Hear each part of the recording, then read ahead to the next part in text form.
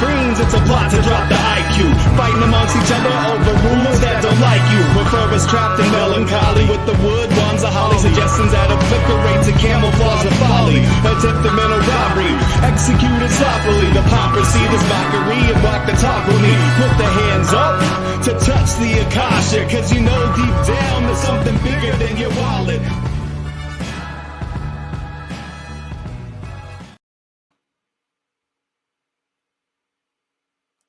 Sweet eternal balance of all that is good, true, and beautiful, friends. Welcome back to another episode of Rogue Ways. For those of you who are new to me, my name is Lindsay Sharman. I am a spiritual healer and teacher, a shamanic healer and teacher. I'm an author. I'm a channeler of the beings I call the spiritual ancestors.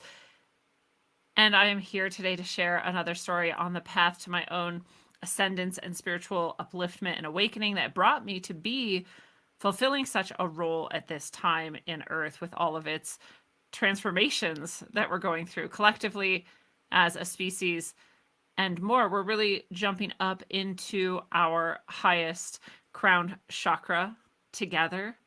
This is why we've had so much focus on the crown. We're really understanding that we are spirit. This is why we've had so much focus on the breath over the past handful of years as a world community. We've seen these ideas, corona, crown, breath, I can't breathe, over and over again. This is just one example of the signs of the times that we're in. And I was called to be a healer and a teacher at this time for a very specific reason. And so if you've watched my previous few videos here on Gnostic TV, then you've heard me talk about some of the demonic encounters that I've had with some very dark spiritual beings.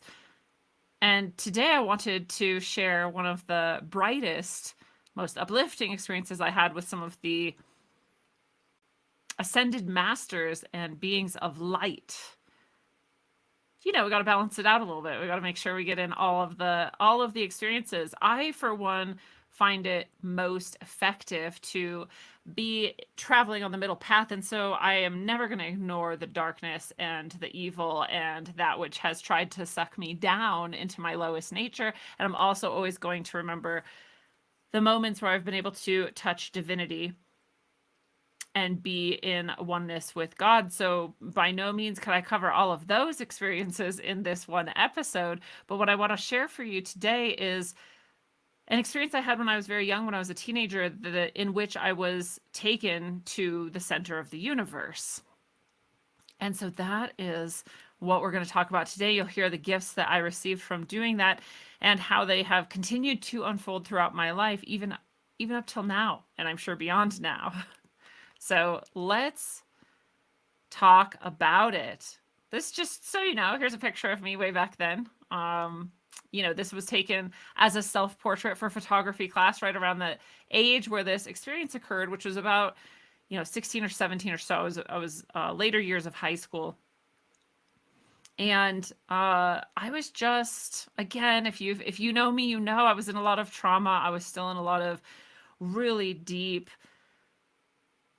PTSD that I didn't know that I had, anxiety, depression, a lot of drug abuse. So, by far mostly marijuana, but I definitely dabbled in the harder drugs in stints here and there. So a lot of heavier drug use too. And, I look at her, little Lindsay back then, and I just have so much compassion for all of that darkness I was going through. It didn't always help that I also had these demonic encounters and spiritual experiences I couldn't explain. But sometimes it did help. And this is the story of one of the encounters that did help a lot. Like I said, continues to help to this day. So there I am, little Lindsay, around that age, like I said, 17 or so. The 90s, a little bit of grunge action, a little bit, probably wearing some pretty big jeans and pretty big hoodies. So that was me. That was little Lindsay. And I had always been someone who had really intense dreams. I now teach dreaming. I teach dream walking, as I call it, as I have learned that not only are dreams a way to tap into our highest consciousness, but they also bring through messages from our spiritual guides and allies. They can bring premonitory information about the future, and we can astral travel and go out of body via what we call dreams, but is actually just our consciousness's time to be free from this heaviness of this body. So I teach that. Yes, you too can also communicate with your highest self, your spiritual guides and allies, people who have passed on, and also receive information about anything you want, learn to astral travel and more. That's all in my dream walking course. All of that you can find at rogueways.org, along with all of the books I was talking about, the channel, the messages, and more are there. And I invite you to come connect deeper with all of that.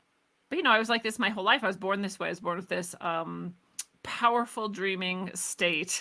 So much so that when I was very young, my parents would have to shake me to wake me up. And not because I had some sort of disease or narcolepsy, because I was so far gone out in the universe and having such a great time. And it was so much better than my real, very traumatized life. So I didn't want to wake up. Dreaming was the best part of life. So I'd have rich dreams, I'd have long dreams, and I'd often have premonitions. I'd often be being taught in my dreams at what some practitioners call night school. And I'd be learning things that I didn't realize that not everyone had that rich of a dream experience. I didn't realize not everyone had this higher connection with their highest self. So I knew pretty early on that dreams were something more than what a lot of people believe they are or experience them as, which is just sort of like chatter from content from the day or, whatever's been on your mind. And it's just sort of bleh. Nope, my dreams were definitely more than that. And I knew that. I understood that. I wish everybody could have those dreams, and you can too if you do the dream walking course. And so, yeah, very deep, very rich dream world. And that was normal for me. I would, in fact, tell people about some of my dreams, and they would just be like, are you like making all this up? Because they didn't have those types of dreams. I would have premonitory dreams, and the things that I'd seen in the dream would just play out one by one. One time I had a dream of putting a fire out with my feet and then going to the waterfront and then seeing the full moon, and then a small blonde boy with a dolphin jumping over him in the moon. Right? And then the next day, none of this was planned. Somebody invited me to go to a party. I went to the party. Somebody parked over long, dry grass, and something about the heat of their undercarriage lit the grass on fire. And I was the only person outside, and I was watching this happen. So I ran over and I put the fire out with my feet. And I thought, well, that's really weird because I had a dream last night about putting the fire out with my feet. And then I was like, well, whatever. The rest of the dream was like too crazy to happen. A dolphin's not going to jump over the moon. I lived in the Puget Sound area of Washington at the time, but not dolphins there for a long time since. So probably not going to happen. I was like, well, that's kind of weird. I've had it happen before, right? But that's kind of weird. And then from the party, someone invited me to go babysit with them. They were like, well, I'll pay you half of my fee. There's so many kids there. I don't want to do it alone. Will you help me? I was like, okay. So we went and we're babysitting. And this place we were babysitting so happened to be right on the water. And there was a small blonde boy that out of the kids there just like loved me most. And so he wanted me to read to him and me to play with him and me to be, with him. And he wanted to go outside on the dock together. And for a moment, the full moon had come out and we were out on this dock with this small blonde boy. And I was like, that's weird. That was in the dream too. I was like, but no dolphin. And then when he was going to sleep, he said, will you read me this book? And I opened it and the first page had a dolphin jumping over a moon. And I was like, all right, every part of the dream came true. Sometimes even when you don't know what's happening, it all makes sense eventually. And dreams are one of those windows where we are translating, right, between like what we experience in the dream and what we experience in life. So that's my experience with dreams. This was already a strong, now it's something that every single night I'm in contact, I'm getting information, I'm processing, I'm healing, I'm manifesting. Like there's never a night where my dreams are just left to be on their own. I'm always using them and working with them because this is part of what I do as a shamanic healer and teacher. So my dreams are very important every night. But back then I at least understood that there was something else that was going on here. Didn't have the words for it, didn't have people around me who talked about it, taught about it, nothing. I didn't have anything, but I knew something was going on there. So one night I left my body, but I didn't know what that was. I had had this happen a few times and I didn't know what it was. And each time it happened, I was like, that was really weird, but I didn't know what it was. I just thought it was this really realistic dream, like the most realistic dream I'd ever had when these things would happen, when I would go out of body. I just thought, wow, my dreams are really leveling up to like this next level of clarity and intensity. Because if you've ever been out of body, then you know it is like being awake. You just don't have a physical body. You're just floating around as a state of consciousness, right? But everything looks the same and everything feels as real. In fact, it feels more real than this, more real than what you and I are doing right now, being awake and aware. More real than that. So actually, the first time I went out of body, I was so confused because I thought I was awake. I thought I was awake until I realized like something just wasn't right about the way my body was moving. And I looked down and I saw myself laying in the bed. And I was like, oh, am I dead? Like I thought I was dead.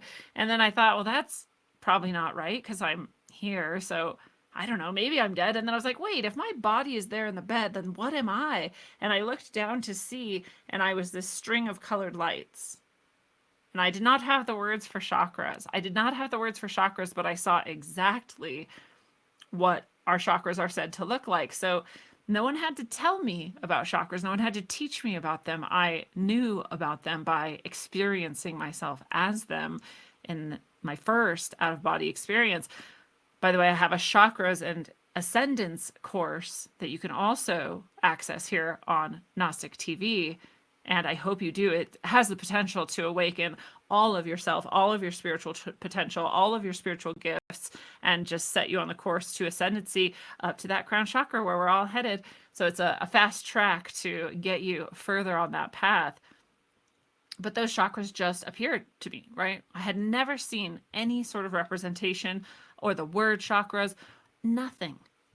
But I looked down and that's what I saw. So that was my first out of body experience. Here was another one. This beautiful experience with these ascended masters that's about to go down, I would have never expected in a million years. Again, I had no background for it. I had no understanding of it. And I was out of body again. And I just kind of, what it felt like, what it seems like to me is I just kind of like was all of a sudden in a ship above the earth. And I talk about this ship, people really would like me to say that it was a physical ship that I was in, but I wasn't. It was very clear that it wasn't physical. It was very clear that I was, again, in an out-of-body state. So whatever traditional abductions may seem like to people or the way abductions have been portrayed, that is not what's happening here. I was out of body. I was in a ship for the benefit of my own sort of mind, right? These beings knew that I probably wouldn't be able to handle the idea of flying through space just as a chakra, which I didn't have words for still, but right, just as a bundle of light or whatever. No, that wasn't going to work. So I think they knew that I needed just like this idea of a ship in order to like carry me along and have me trust and go along with the experience, because otherwise it wouldn't have played out the way it did. I don't know if I would have gotten very far. And I think they didn't think I would. So I had this ship for my benefit. And I describe this as well. This is the story I'm asked to tell most often of all of my experiences. I describe it also that when I wanted to look out at the universe and the solar system at this point in the journey, the walls would just be gone. There would be like there was nothing there at all. And then when I wanted to talk to or interact with what I now call the spiritual ancestors and the ascended masters who were taking me on this journey, the walls would just sort of appear. And then there they were too. And I could just talk with them. So they were always there. It was actually very rare that I was actually talking to them, because I don't know if you can imagine, but if you were out on a ship in the middle of the solar system, you mostly want to go look at what's around you. So that's what I was doing. So they were behind me the whole time. There was 3 beings there. And at first I didn't really have an understanding of who they were. And that is something I've seen over and over again in my own experiences and other people's experiences, that the level of information you're sort of ready to process on this physical level and bring into your waking consciousness is very different from what you're actually doing or getting or receiving at the highest levels. So it's a matter of like, what can you sort of translate back down and bring back with you? And so when I first experienced this, who those three beings were was not clear to me. I knew one of them was Jesus, and that's it. And I had already trusted Jesus, as you may understand from watching some of those previous episodes about demonic encounters and how Jesus was key in assisting during those really dark moments. So, I trusted him. I was up in this spaceship as I perceived it, and I was above Earth, and they were just showing me, like, there's Earth. By the way, it looked like a globe, just in case anyone's wondering. There was the sun, massive light, just huge, fiery. Again, everything's globular. There's Mars, right? There's Venus, there's Jupiter, huge Jupiter, there's Saturn, just deeply imposing, powerful Saturn. There's Neptune, Uranus, Pluto, and now we're sort of leaving, and I'm like, oh, where are we going? They're like, oh, we're going far. We're going to go out as far as you can go. Okay. And I'm just like pressed up to the sides, just looking at everything because it's fascinating. I'm like a kid in a candy shop. I'm like so excited. Very, very genuine and authentic, just joy. Like, this is the coolest thing I could have ever imagined doing. I'm not even thinking what is happening, who are these, where are we going, what, none of these sort of like human logic was weighing me down. I was just like, this is fantastic. This is so great.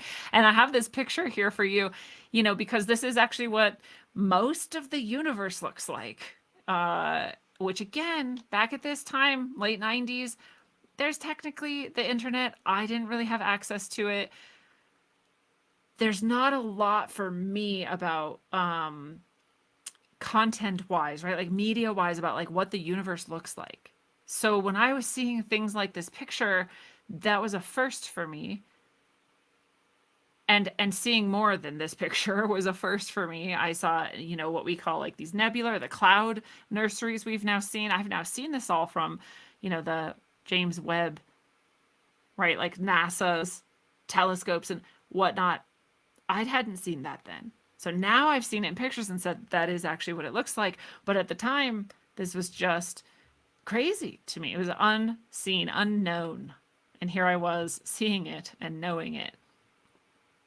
So vast swaths of colored light, seeming clouds of light, movement. There's always just everything is rotating. Everything is going in circles on its own. And then as a part of a larger, solar system, let's say, and then as a part of a larger galaxy, and then a larger galactic supercluster, and then out and out and out. And everything was like levels of spinning activity. And it was just like this grand cosmic dance, and I was mesmerized.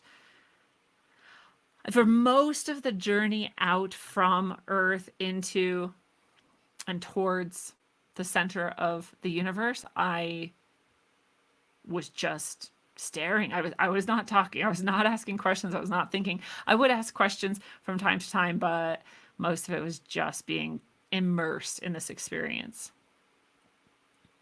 Very joyful. So finally, at last, after some time of moving through the universe, it starts to get like all the stars and things are getting further away. All the galaxies are getting further away. And there's just a lot of like empty space, like just black, empty space. And I start to kind of be like, well, what is this? Like, where are we going now? Everything had been so full. Even when there's sort of space in between like clusters or whatever, there's still just so much fullness. And here was just this black emptiness, and the stuff was getting far away. So I was like, well, what are we doing? And the guides, the spiritual ancestors, the ascended masters said, well, look over here. And they sort of directed my attention and over towards the center, past the solar system, was this light. This image here is great for a lot of reasons that I'll get into, but nothing that I can find can even come close to showing how massive that light actually is. And this is actually what the universe looked like to me. There was a hourglass shape exactly like this. Exactly like this shape. Let's put it on its side, right? Either way, it doesn't matter. You can look at it any way you want. But for me, I was seeing it on its side. So we had an hourglass bulb on one side, an hourglass bulb on the other side. And in the center, there was this brightness. And this brightness was much larger than what came out from the center in so many ways. And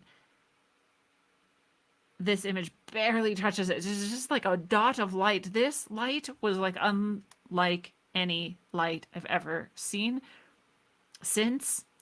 You know, the sun, when I first came out from Earth, was like, wow, like the sun is so big, it's so bright.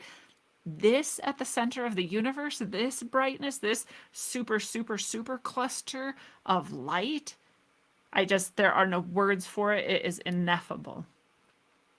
It is ineffable. There is no way to tell you how amazing and glorious and beautiful it is. And when I close my eyes and I think about it and I re-immerse in that moment, it's almost overwhelming how beautiful and bright it is. It's not just the way it looks either. It is that center, I knew instantly. I was like, that's my home. That's where I come from. This is home. And some people call that heaven. And I love that title for home. So I will also call it heaven. And everything in my body knew that. Everything in my being knew that. The spiritual guides, they did not have to tell me that. They just said, look over there. And I looked and it was like, there is home. There's the center of the universe. And what I've come to call the center of all things, because all of the universe comes out from that center. It is the center of all things. The center of the universe. It's the cosmic center. There's many names for this, actually, I have learned over the decades since this experience. Not just heaven, but the cosmic center is a name for it. Just the cosmic is a name for it. There's lots of descriptions in holy texts and holy traditions of being able to travel out of body to this state. You know, if you're pure enough, if you're high enough vibration, if you're able to go out of body, like you can get there. This is a place, right? And you can also just be there if you were not incarnating here on Earth. It's a place you can be. You don't have to stay gone from it, but all of us here choosing to for the moment at least. And so this beauty, this amazing, overwhelmingly beautiful light kept my attention for some time. It's just like, I didn't want to look away. I just wanted to go into it. In fact, I started to ask them, can we go there? Are we going there? Like, can we just go there? Please, can we just go there? And they were like, no, that's not why we're here, right? You just need to see it. You just need to remember it. And you just need to take that back with you. I was like, okay, like I got it. I understood at some level. It's hard to describe how in that state there's less emotion or there's less attachment or there's just easier to process things. But it just is. And so I was actually okay with it, even though everything in me was just like, why can't we just go there? Can't we just be there all the time? I know how good it is in that light. And this is where all of the ascended masters and the light beings spend their time, I would say, when they're not down here helping us. But when they said, you know, you got to take it back with you, and where it's time to go back, these two sort of sides of the hourglass were sort of brought to my attention, right? Like, here, look at this, is everything we just traveled through is actually just one half of that hourglass. And look over there on the other side of the light is the other half of the hourglass. And I'm talking like, again, indescribably large. Like, we had gone through a lot of territory, and Earth was not even a speck in this massive energy that I could see coming out of the light on either side of this hourglass structure of the universe. And they said down far to in my experience, it was the right side of the hourglass, the right bulb of the hourglass, way down towards the edges. They were like, that's where you live. And I was like, wow, that seems really far away. Like, why is it so far away? Why are we so far down at the end?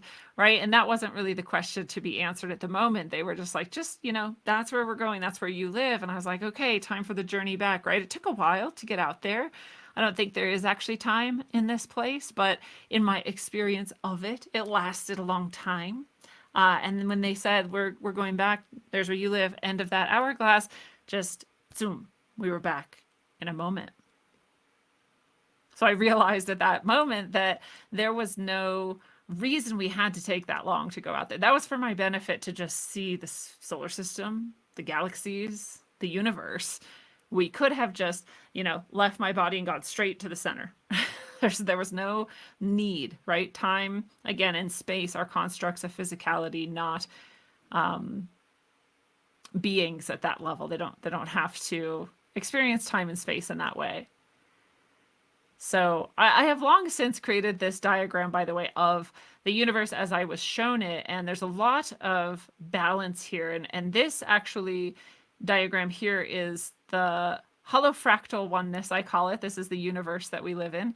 And there's the center of that brightest light. And these swirling spirals coming out are actually the hourglass shape itself. That's the matter coming out of the universe. But I've since that experience, long since, understood much more about myself, this place, those travels, those beings that took me there.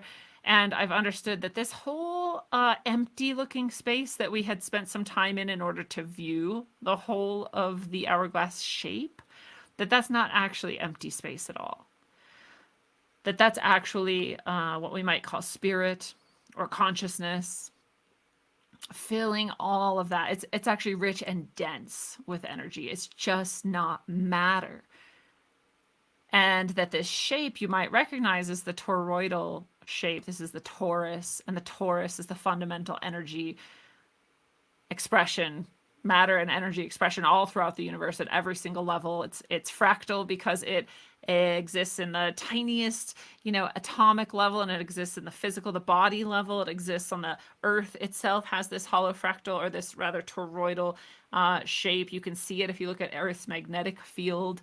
And it's all very similar at every level, if not exactly the same. The solar system has this shape all the way up. Galaxies do, until the whole universe itself does. And so this fractal oneness is as above, so below, as within, so without. This is you are it, and everything is this. So I drew this for myself just to diagram it and to, create for myself this understanding of everything that I have been shown and taught over the years, starting with that experience.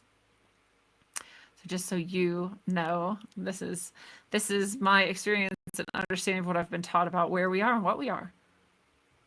But again, we've gone all the way down here to this far end of one side of this universe, of this hourglass shape is Earth, and we just went, and we were just there. And this is not quite it, but it is pretty close to how Earth looked to me when I came back, which was not how it looked when we left. So when we left, Earth just looked like Earth. It was just a physical ball floating in space. But when we came back, there was this like overlay on it. And this image was created for me, as I said, make the Earth look as though it has this overlay of millions and millions of spinning vortices or tornadoes. And this is very similar to what it looked like. It's also an interesting image because it has the sort of auric field of the Earth around it and all these colors and shapes of nature. And so that's really fun too. But this is what I came back to. And I for a second, I was like, oh no, what happened to the Earth while we were gone? Very naive. And they're kind of chuckling and they're like, oh no, this is for you. This is for you to be able to understand what you're coming back to. So it's not actually what it looks like, right? There's something else here that you're going to interact with because you're coming back a little different than how you left. And I was like, well, what is all that? What are all those little spinning parts? What are all these little tornadoes is what they looked like. And they said each of those is a timeline of your current life, right? As Lindsay Sharman. I was like, that many? This image doesn't even show how many there actually were, right? But this is at least somewhat close. Like there were seemingly infinite timelines of my one life. My one life as Lindsay Sharman. You start to realize how many choices you've made and how many breaks from some path you've chosen, and in some other reality, that's all recorded, and actually they all exist at once. So this is one of the basic understandings of manifestation or timeline jumping or all sorts of things that we talk about, which are also, again, things I teach. Again, the chakra course I teach, one of the best you can take. The dream walking course, one of the best you can take. All of these things are sort of embedded in those courses. But this is one of the understandings you come away with, is you are a consciousness, and this physical part could be done a million ways, infinite ways. So they said, you get to choose. Which one do you want to go on? Which life do you want to live? And this is it's a huge gift. First of all, that I was like, wow, why me? And like, what? This is so big. But more than that, it was too big of a responsibility for me. I was like, I don't know how to choose that. I don't want to make a mistake. Like, I don't understand the repercussions. I don't know the consequences. Like, what happens if I just choose one and then I'm just on that forever? Like really, you guys have to help me, right? And they were like, okay, yeah, we'll help you. And I said, okay, yeah, you can help me choose one. And they said, well, what do you want? And I thought about it, and I felt into it, and I already knew, because I had wanted it my whole life. My deepest want of all is for everyone to have the best possible life and experiences they can, including me. And they were like, that's a good want, right? Like, they were like very in approval. I don't know if there was actual applause or celebration, but it felt that way. And what happened was I felt that more and more. Remember for a moment when I was talking about being at that level and coming back to this level, you translate things through, like you're bringing through everything you can. And so some stuff gets lost in translation. And so when I first, for many years, was telling this story, my experience of this moment was that I asked for help to choose which one, and they pointed at one, and I instantly was sucked into it. Rather, they asked me the same question. That part never went away. And they said, which one do you want? Or what do you want out of life? And I said, I want for myself and everyone else to be the happiest we can be, to have the best life we can. I want things to be as good for as many people as possible. And I meant the whole world. I meant every single person, not just people I knew, not just my family and friends, everybody. And I didn't even hesitate to do it, right? So I said that, and then they pointed at one, and I was just sucked into it. That was the way I used to tell this part, because that's what I experienced. That's what I remembered experiencing not that long ago, within the last year or so, pretty recently. I actually asked my spiritual guides and allies to help me understand more about that moment. Like, what would have happened if I chose something else? Or, just I want to know more about it. And they reminded me, they were like, think about that moment again. Like, go back to it. Right? And we can all do this. You can do this for any point in your life. Even if you think, I don't remember it though, you probably can remember more than you think if you really get still and you go within. And so I did. I got really still. I went within. This is part of my practice. I'm very, frequently going into spiritual space and meditation and whatnot. So that part's easy. But I had never gone back to this moment, believe it or not. So I went back to that moment and I watched myself doing the same thing again. And what actually happened was they were like, yeah, we'll help you. What is it you want? And I started to imagine it, and it started to feel it, and it took over all of my energy. And that energy was magnetically attracted to one of billions of portals. And that's very important to understand. I didn't actually manually choose one. They didn't actually manually choose one. The reason my attention was drawn to that one was because all of a sudden I was being sucked into this one of billions of portals. And the reason why was because I imagined and felt a genuine feeling within me, and that is magnetic. Again, this is the basis of all manifestation, of all law of attraction, right? I don't know all their steps. I know my own version and stuff because I've lived it, and that was my first big example of it. I literally came back to a timeline that resonated most with that of my deepest desires. Oh, and it hasn't been easy. It has not been all gold and gravy. But back then, we go back to that little picture of little Lindsay in all that trauma and darkness. I didn't smile very much. I laughed almost never. I was not a happy person. And now you are watching me. Like, I'm smiling all the time. People call me Giggles. Like this, I just laugh at things. I'm a very happy person because I've gone through all that darkness and healed so much. And this was one of the crucial moments that changed everything for me. Didn't make my life perfect, but something changed. And here I am on this highest of timelines for all of us because we all are on our highest timeline, actually. That's what that experience means, right? What do you want? I want for everyone to have the best possible outcome. And here we are. You're watching this. You're listening to this. You're on this timeline. Hi, nice to be here with you.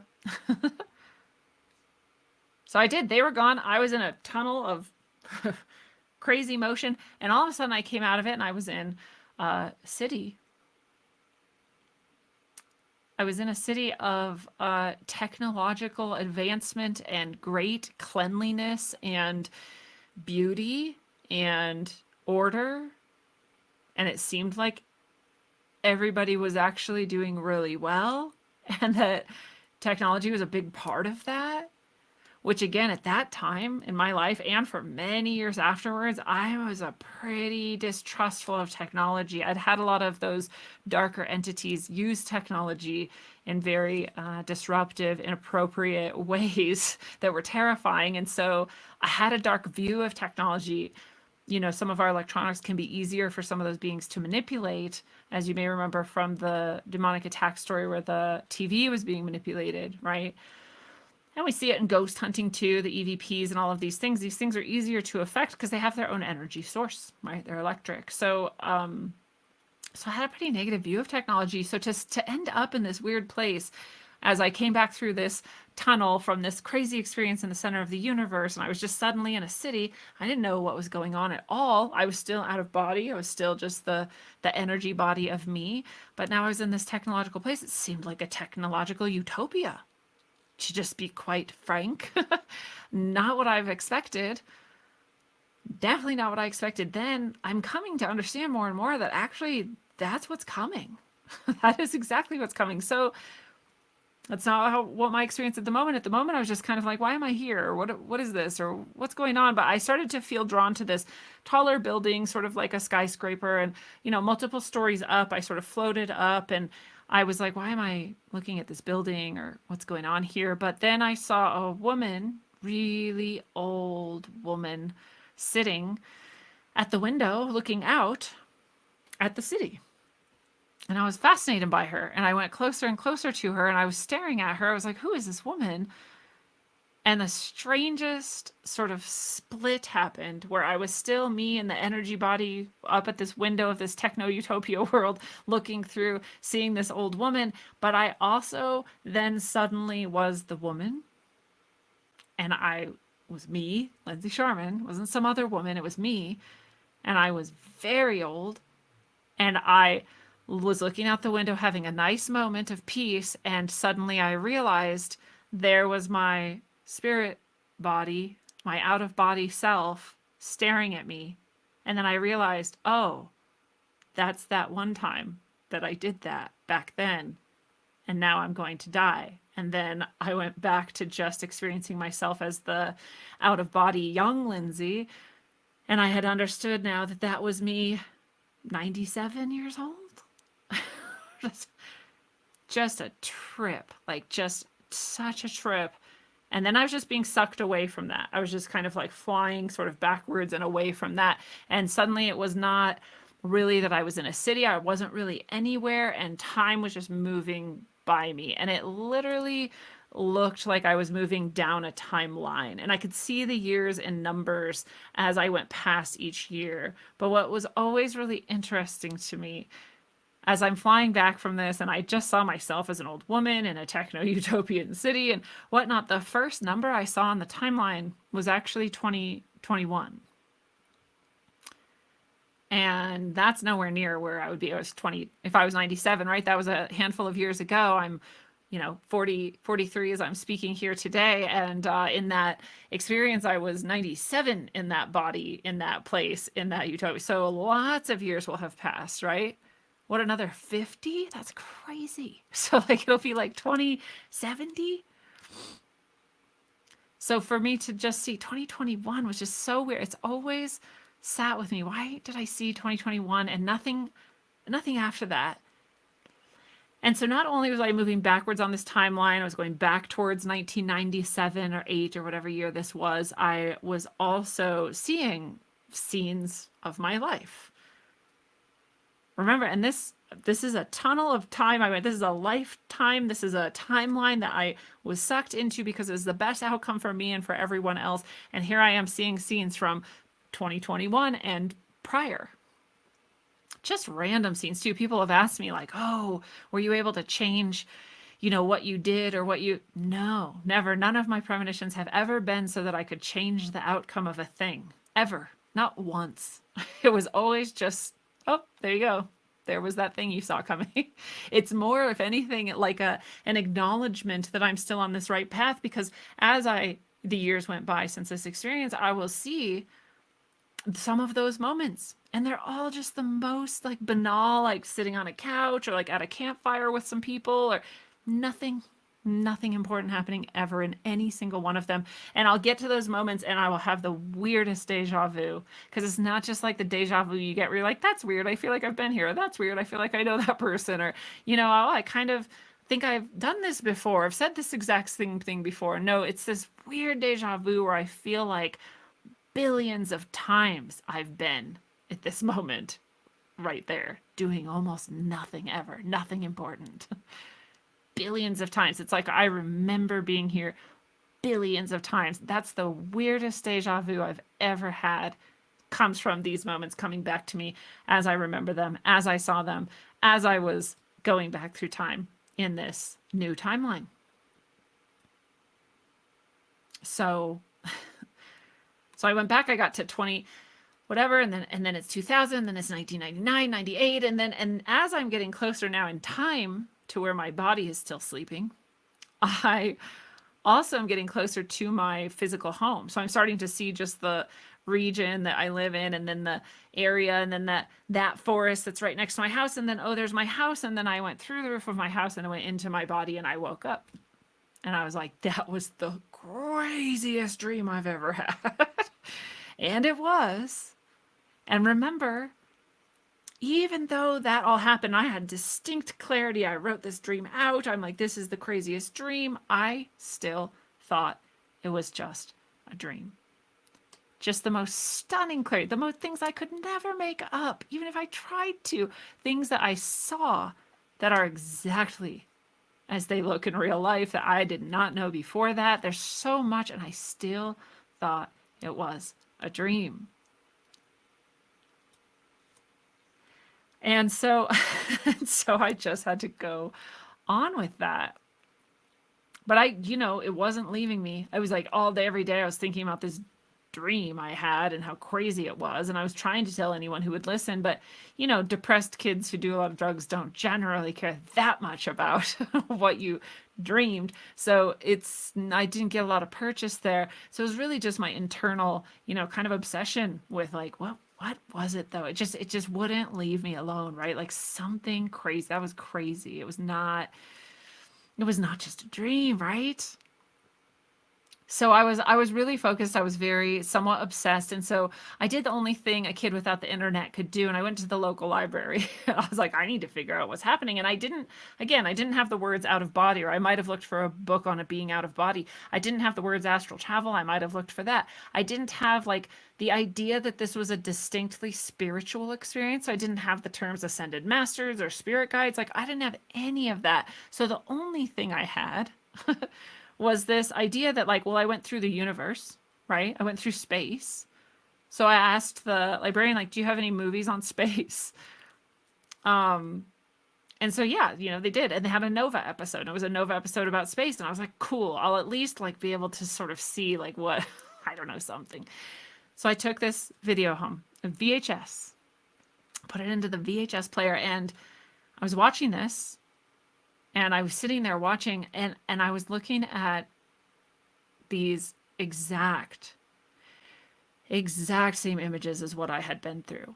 So the more I'm watching, the more I'm just like stunned, like my heart stops and my blood stops, and I'm just like, that was real. Like everything in me now is starting to realize that actually happened.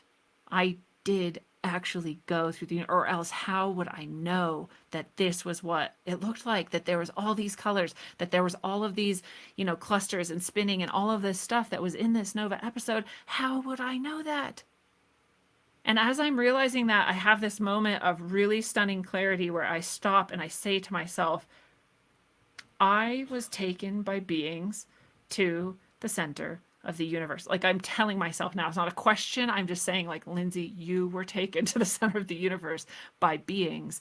And right when I felt that and thought that and said that to myself, a spark of electricity exploded like a foot away from me, like just right in front of me, right at the moment. This is the level of synchronicity that occurs when you're deeply in your path and your spirit guides and your higher self are really ready to take you to a higher level. Because it was instantaneous to that knowing and to that message to myself.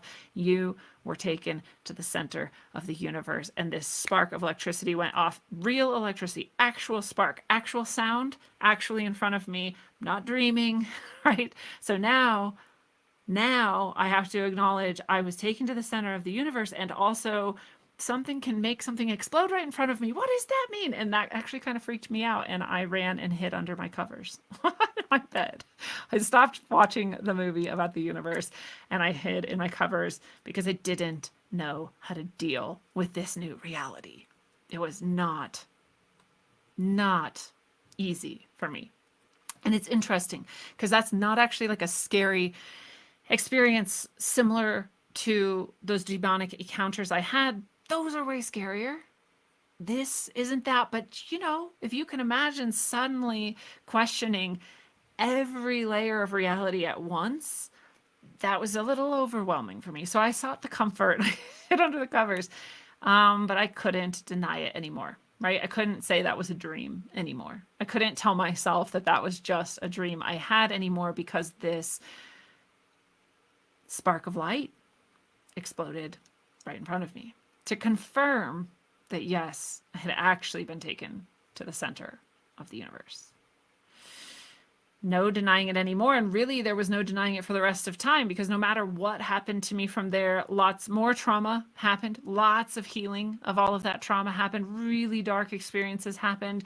But through all of it, I could not ever stop knowing. It's not a belief, right? I know it because I experienced it from myself. It didn't come from anything else but me. Knowing that there is a center of the universe, there is a center of all things, that we are capable of being in connection with it, that it is just overwhelmingly loving and positive and good and deeply loves us, that there are beings that are ascended light beings, masters, who are here to assist us as well, and that I'm actually on the best possible timeline. So no matter what has happened, I've had this unbreakable faith. Unbreakable faith, because I just know. I know that I become 97 years old and die peacefully while realizing that that was the moment of my death, because I see the young Lindsay, astral traveling out of body Lindsay, coming up to my window. I know that we get to a place where our cities and our societies have this, not evil, controlling, technological hellscape, but a beautiful, utopian, high technology, beautiful space, beautiful world. And so we make it. And that's not even the only reason I know that. Many years later, right before that timeline cut off at 2021, which I understand so clearly now. Such a time of everything being up in the air, actually, right? I got to this time, and then there was a lot that I had to do personally in order to step up into my higher roles as a spiritual teacher and healer, in order to hold the timeline I chose in this place and time, in order to invite other people to it more and more. So much had to be done to really be sure that I'd stay on that timeline during this specific time of our history together. But right before this time hit, right before 2021 hit, right before 2020 and 2021 hit, I was at a spiritual conference that I never would have gone to. Now, all the spiritual experiences I've had, I still see so many spiritual people and healers and leaders as just absolute bullshit artists. So a lot of this, spiritual landscape is dotted with just like, I don't need it, I'm not into it, I'm good, right? I do what I'm called to do, and I'm guided to where I'm guided to go, and that's it.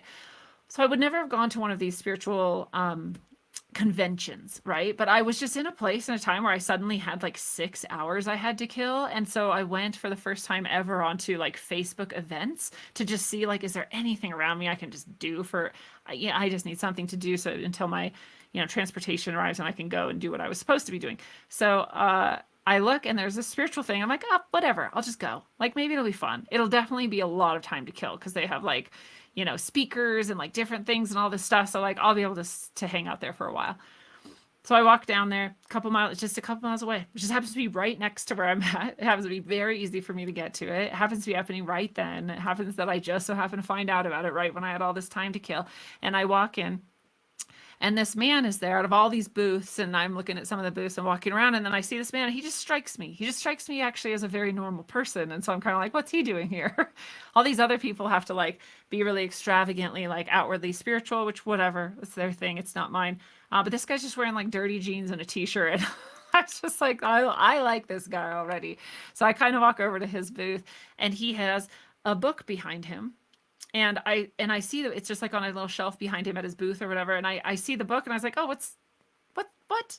Whoa. And he was like, what? And I was like, no, nothing. I'm sorry. And nothing, And he's like, no, tell me what. And I was like, oh, it's just, I dreamt of that book cover last night. Like, I've never seen this book in my life. I dreamt of that cover. I dreamt that I picked this book up and like had it. And it's just one of those things, right? I have these dreams, and here was another one of them. And he said, oh, you're who I brought it for. Here you go.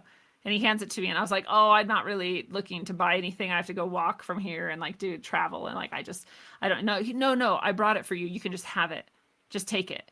And I was like, what do you mean? And he's like, I was told to bring this book. I only have one copy. I'm not selling books here. I was just told to bring this book, and it's for you. And I was like, oh, things like this have happened to me over my life, but not always with other people who also just understand that we're led to certain things or guided to certain things or are told what to do and then answer the call. So I was like, well, thank you. Like, thank you for being the messenger. Thank you for bringing it. I'm sure this book has some sort of life-changing information in it. It also, just like the spiritual fair itself, was a book I would never pick up if you paid me to. But for this happening, I had to now read it, and it did have things in it that I needed to understand. So, there's our judgment, and our little human perspective might need to shift sometimes. So beyond even that was a good enough reason to run into this person to have come to this fair.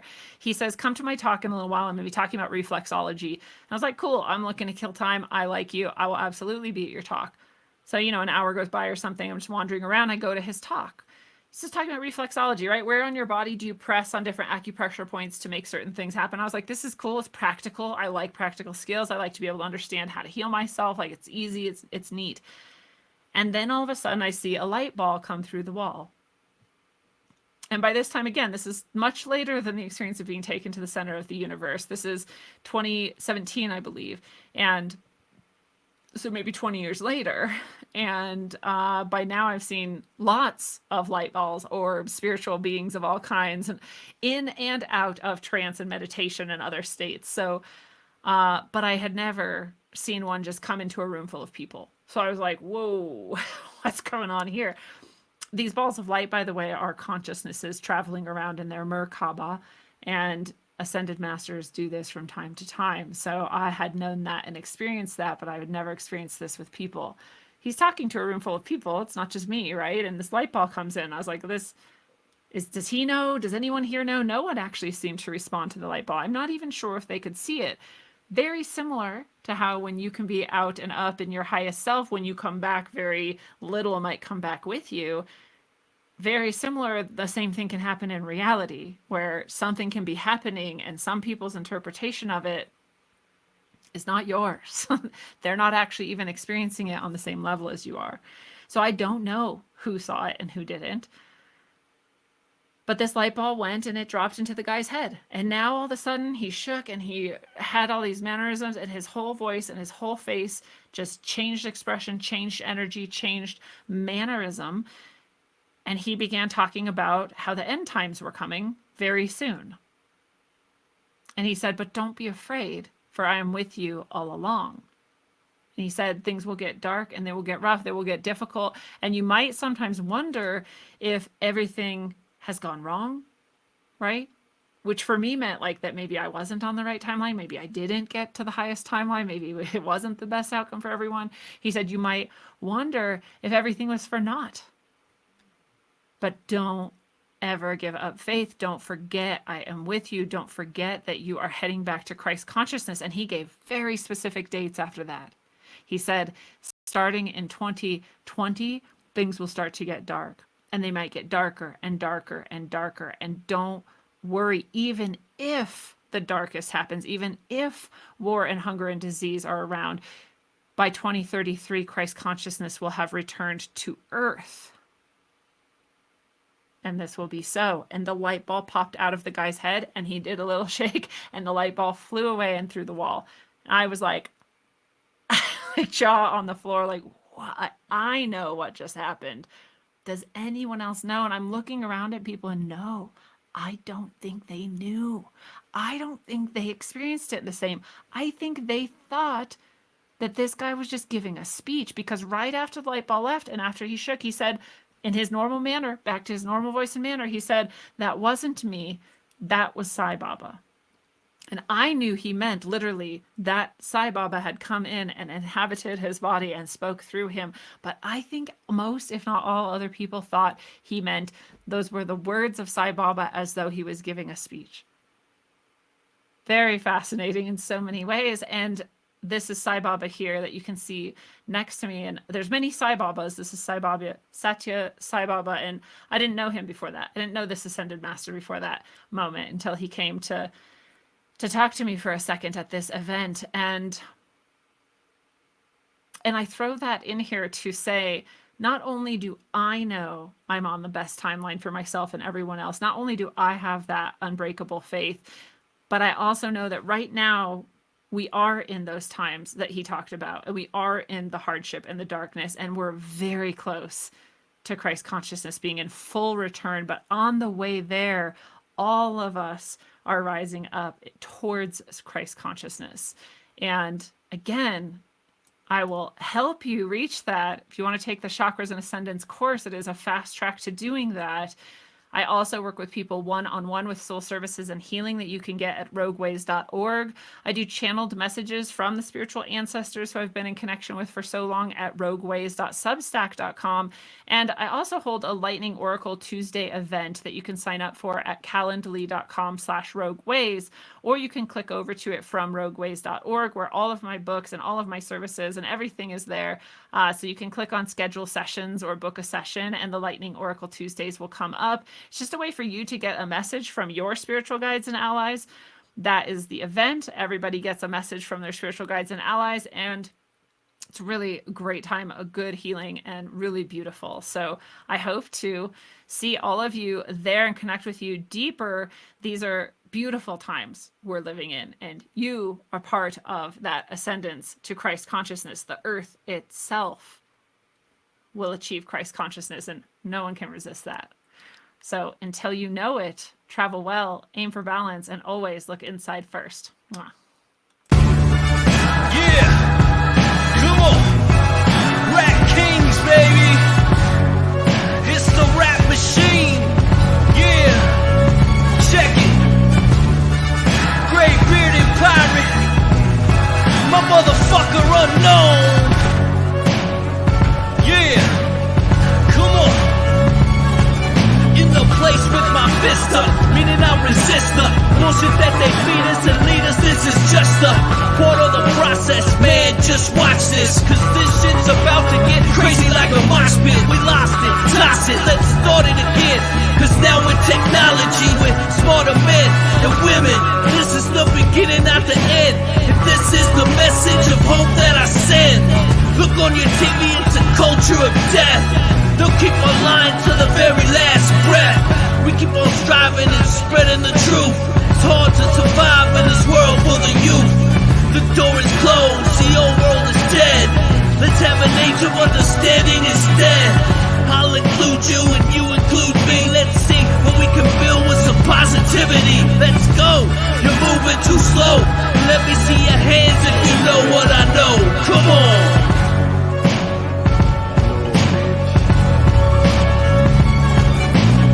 Rap like mummy, ain't no dummy in my rhyming. Started flowing freestyling, now they rhyming loud silence. On with the violence, bodies piling with the gray-bearded pirate.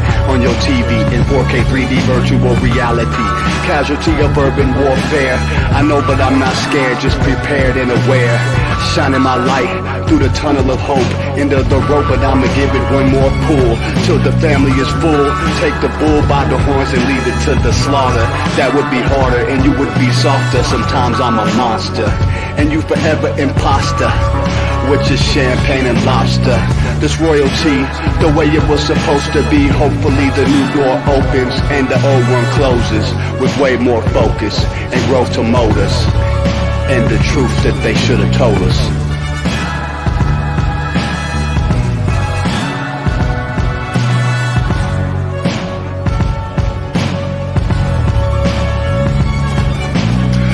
To them screens, it's a plot to drop the IQ. Fighting amongst each other over rumors that don't like you. Prefer us trapped in melancholy with the wood wands of holly. Suggestions that a flicker rate to camouflage the folly. Attempted mental robbery, executed sloppily. The poppers see this mockery and walk the talk with me. Put the hands up to touch the Akasha, cause you know deep down there's something bigger than your wallet.